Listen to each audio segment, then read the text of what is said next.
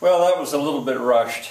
Sorry about that. I'm trying to squeeze class vocabulary into 10 minutes is a stretch, but I never wanted it to take up the whole class period. It was a way to break. I was working with 42-minute class periods, and I could break that period up into 2 or 3 segments. And so, it was usually the first half, sometimes longer. I'll tell you more about that, I guess, later. Anyway, the other thing I would do, or I want to do today, this is the 30th day, second video, is I want to keep moving along in the chronological survey. All year, I will return, every so often, return to the chronological survey. We'll move through, and by the end of the year, that's where we'll be spending virtually all our time in the chronological survey. So, page 18.2 is my guess where you would be now, and again, I keep saying this, I mean, if you really are taking my course, you should be taking these notes, as well as looking at clips when I mention them. Well, anyway, you should have up there already that this is the prehistoric period now. The first period that we're going to deal with is the prehistoric period. Oh, I'm sorry, this is not right. This is the classical period. That's behind us. We now have reached writing, so we're in the classical period. And I didn't write that all out because you should already have it down. We're in the classical period. I'm taking it up people by people by people. And I started with the Sumerians. Well, the Sumerians gave us the Epic of Gilgamesh, the world's oldest known story. And I did a good bit with that. They also gave us cuneiform writing. At least I think they did, or the Babylonians. It's the Sumerians, I'm pretty sure.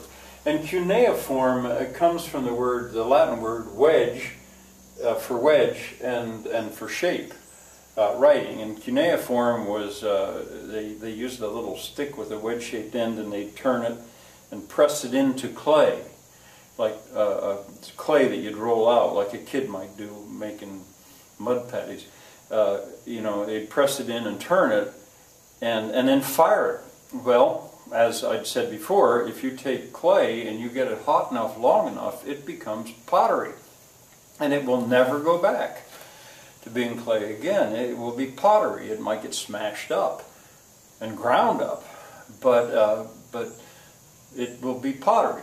And enough of those pieces have been found, of those tablets that have that in there, that miraculously linguists have been able to figure out the language, and they can read it. I assume that the Epic of Gilgamesh is in cuneiform. I know it's on tablets, and they're not all there. Some are missing. Some of them are broken, the original form of the Epic of Gilgamesh.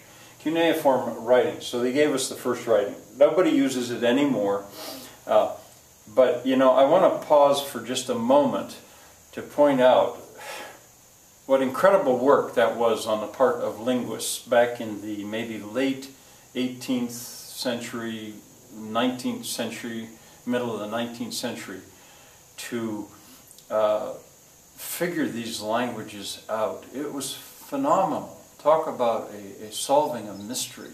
And I'll say more about that, I guess, later on when I get into linguistics. But linguistics is the science of language. And in my mind, I equate it in a way to landing on the moon in the 1960s.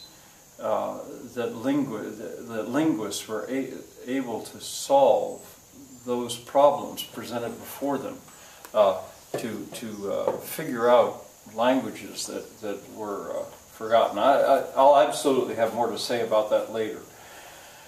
All right, well anyway, thanks Sumerians. You gave us a glimpse of how people thought 5,000 years ago. Civilization started there, etc. But this is not, this is humanities. This is not history class. I'm just going in chronological order. Well, I want to turn now to the Babylonians. They were a people who I believe conquered the Sumerians. It was the same part of the world, the Fertile Crescent, basically where Iraq is now,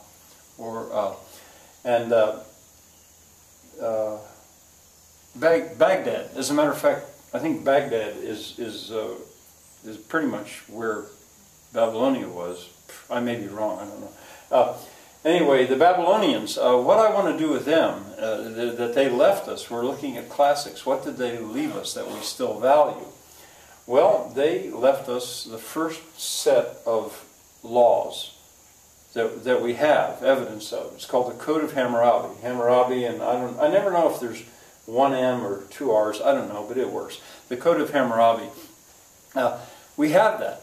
I've seen it, actually. I've seen it in the Louvre in Paris.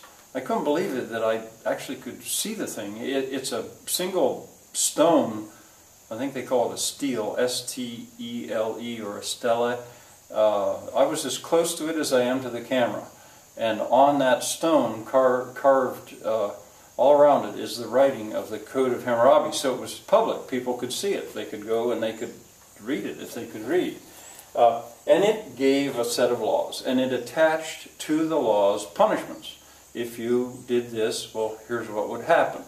The most famous, most often quoted, is that an eye for an eye and a tooth for a tooth. Whence is a quick way to say from where comes, from where we get. It's old-fashioned, but it's quick, and it's handy in your notes.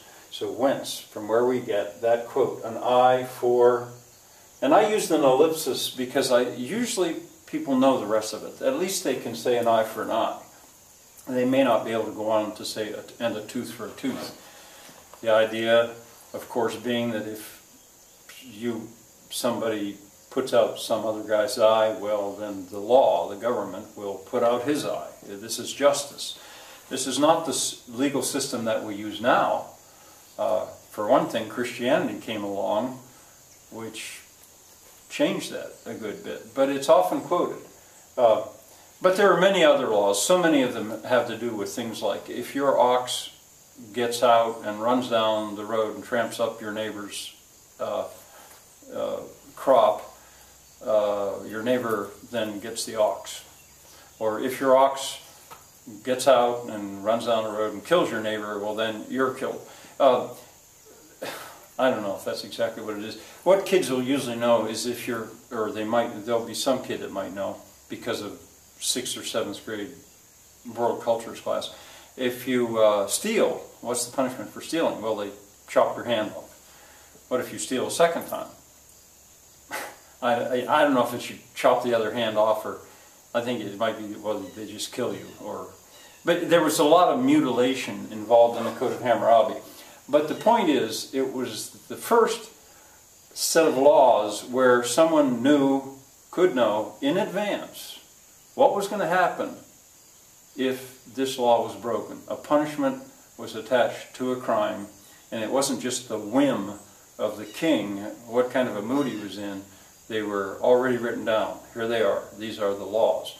And to the best of my knowledge, there is the first set that we have, the Code of Hammurabi. Well, I'm teaching fast. I hope to see you tomorrow. Bye for now.